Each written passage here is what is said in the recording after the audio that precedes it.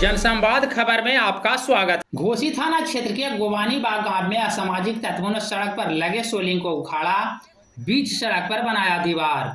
दरअसल घोसी थाना क्षेत्र के गोवानी बाग जाने वाली मुख्य सड़क पर असामाजिक तत्वों ने पक्का दीवार खड़ा कर दिया, जिसके कारण गांव में आने जाने का रास्ता बंद हो गया है।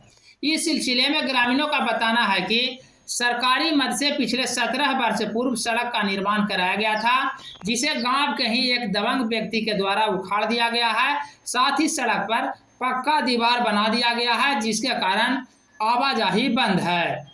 इस बाबत मामले की सूचना पुलिस प्रशासन को दी गई है, लेकिन अब तक कोई कार्रवाई नहीं हुई। आप लोग यहाँ पे जमा है, क्या समस्या है आपकी? हमारे रोड के प्रति समस्या है कि ग्रामीण आते जाते थे 17 साल से, जो रोड पर खरंजा सोलिंग सरकारी तरफ लगा हुआ इसको कवर दिया है।